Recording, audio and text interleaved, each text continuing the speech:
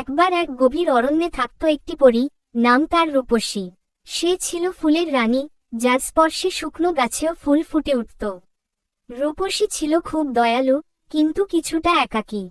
সে মানুষের জগৎ থেকে অনেক দূরে থাকত, কারণ মানুষ তার জাদুর অপব্যবহার করতে পারত।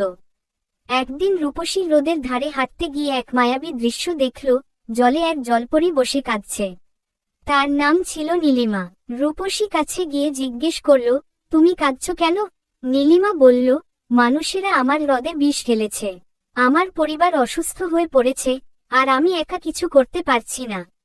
রূপসী গভীরভাবে ভাবল। সে জানত, যদি নিজের জাদুর ফুলগুলো জলেতে ফোটাতে পারে, তবে সেই জল বিশুদ্ধ হবে।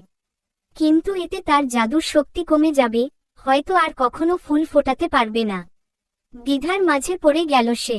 তবুও রূপসী ঠিক করল, সাহায্য করবেই। সে তার ফুলের জাদু দিয়ে রোদের জলে এক বিস্ময়কর রঙিন পদ্ম ফোটাল। সেই পদ্ম থেকে আলো বেরিয়ে রোদের সমস্ত জল বিশুদ্ধ করে দিল। নীলিমার পরিবার সুস্থ হয়ে উঠল, আর হ্রদ ফিরে পেল আগের প্রাণ। তখন নীলিমা রূপসীর হাত ধরে বলল, তুমি আমার জীবন বাঁচিয়েছ, এখন থেকে আমরা বোনের মতো থাকব। তুমি একা থাকবে না আর। সেই থেকে রূপসী আর নীলিমা পরস্পরের বন্ধু হয়ে গেল।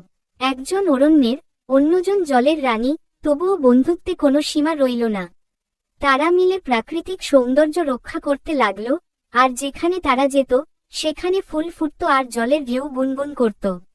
এভাবেই গড়ে উঠল পরী ও জলপরীর চিরন্তন বন্ধুত্বের এক মধুর গল্প।